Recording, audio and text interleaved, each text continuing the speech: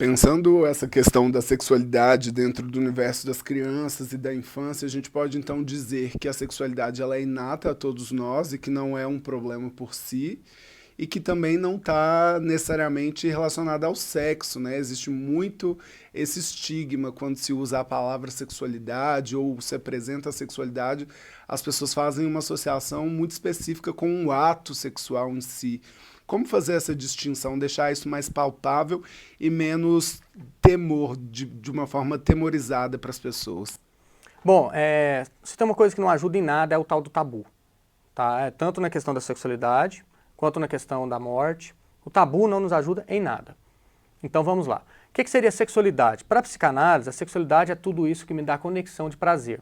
Eu estar aqui falando, podendo contribuir talvez de algum modo, para mim é prazeroso. Para mim isso é sexualidade.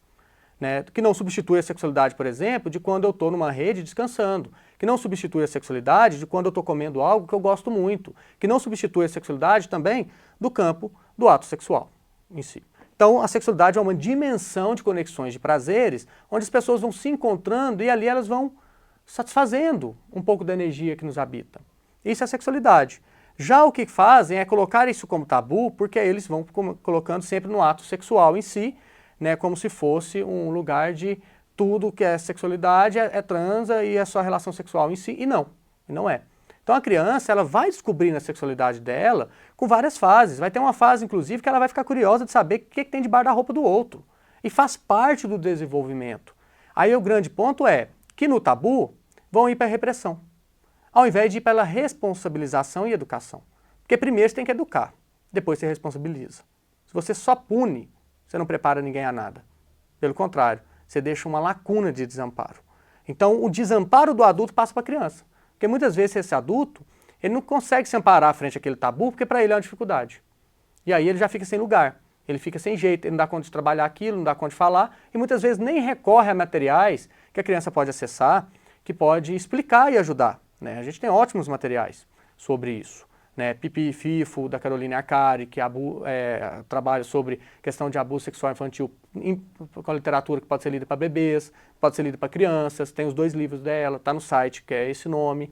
Então, se você digitar no Google, você vai achar esse material. É um material super disponível, um material super sério, super necessário. Então, ele educa e depois pode se responsabilizar, diferente de só punir. Então, quando a coisa se torna um tabu, porque a dimensão do adulto é gigante, você desanda e gera uma confusão. E essa confusão gera desamparo na criança, que ela não vai ter nem onde falar disso mais.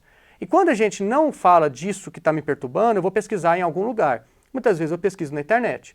A criança pesquisa na internet, aí ela joga lá o que é sexo, o que é relação sexual, o que é trans, o que é... O algoritmo vai entender o quê?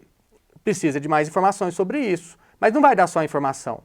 Vai dar também links, vai dar um monte de coisa, mas muito em função do adulto que não conversou sobre o assunto que chegou até ele. Né? E conversar sobre o assunto é perguntar à criança, onde você ouviu falar disso? Como é que você ouviu? O que você acha? Aí você capta o que a criança já absorveu daquilo e aí você orienta. Aí você contorna, aí você explica, aí você prepara. Então essa curiosidade sexual vai atravessar a criança em vários aspectos. A curiosidade sexual de querer saber o que é aquilo, posso mexer ou não, colocar o dedo, desde pequenininho, colocar o dedo na tomada e tirar, porque ela vai demandar que esse outro realmente cuide. Porque se isso é perigoso, eu não posso, e você está cuidando de mim, então se você deixar eu pôr o dedo na tomada, você não está cuidando de mim. Então deixa eu testar se você está cuidando de mim mesmo. Aí vai testando não, vai pedindo um limite ali. Mas não é o limite da crueldade. Crueldade não é limite. Crueldade é crueldade. É o limite de até aqui sim, daqui para lá não, justamente por isso. Então é o não com um contexto, não é o não pelo não. O tabu vem o não pelo não. Aí a gente tem um grande problema de suicídio infantil, que quase não se fala disso, justamente pelo tabu que já é a morte na nossa sociedade, pelo tabu que o suicídio também já é, e principalmente porque pressupõe que criança não sofre. Então criança não vai trazer. E o suicídio muitas vezes em crianças é a falta de orientação sobre a morte. Você vira para a criança e fala, se você fizer isso você morre. Mas ninguém explica o que é morrer, o que é a morte. O que essa criança faz? Se eu fizer isso eu morro, eu não sei o que é morrer, deixa eu fazer para ver o que é morrer. E ela vai fazer, porque não tem orientação, não teve educação, não teve preparação, não teve nada que pudesse falar daquilo e preservá-la, de explicar. 2 recortes rápidos sobre isso. Um recorte, por exemplo, foi que é até um livro que a gente pode anexar na matéria quando der, que é Estrela Bezerra que Virou Saudades, que é um livro infantil que eu tenho sobre prevenção ao suicídio com crianças e que tem uma interação no final e tal. anos e anos nas escolas. Esse livro chama Estrela Bezerra que Virou Saudades, porque uma criança me falou que quando o outro morre, não vira estrelinha, vira saudades. E essa criança chegou no consultório porque a mãe encaminhou ela, porque ela chegou para a mãe e falou: mãe, eu vou me matar para ver meu pai. Aí essa mãe teve a sagacidade de falar: olha, filha, se você fizer isso, talvez você não veja seu pai, mas certamente você deixa de ver a gente. Você está sofrendo? Vamos tratar? Essa mãe escutou, essa mãe orientou, essa mãe encaminhou. Essa criança está aí. Poderia não estar mais. Porque se estivesse só falando que morte é morte, a criança vai querer saber o que é. Então esse é um exemplo que a gente tem, né? E a gente vai tendo outros assim. Outro exemplo que a gente pode trazer sobre isso é a criança mesmo que estava no supermercado um dia e estava na minha frente assim, e perguntou: mãe, o que é virgem? E eu achei interessante dessa mãe que ela agachou-se, né, olhou no olho da criança, uma orientação que muitos fazem, olhou no olho da criança e falou assim: olha, virgem é quem ainda não fez amor. Eu achei bonito, achei poético, mas melhor ainda a resposta da criança. E o azeite, por que ele é virgem? Repara que aqui tem uma questão de confusão de linguagem. Por quê? Porque essa mãe interpretou virgem já na questão sexual, mas a criança estava perguntando na questão do azeite que ela leu.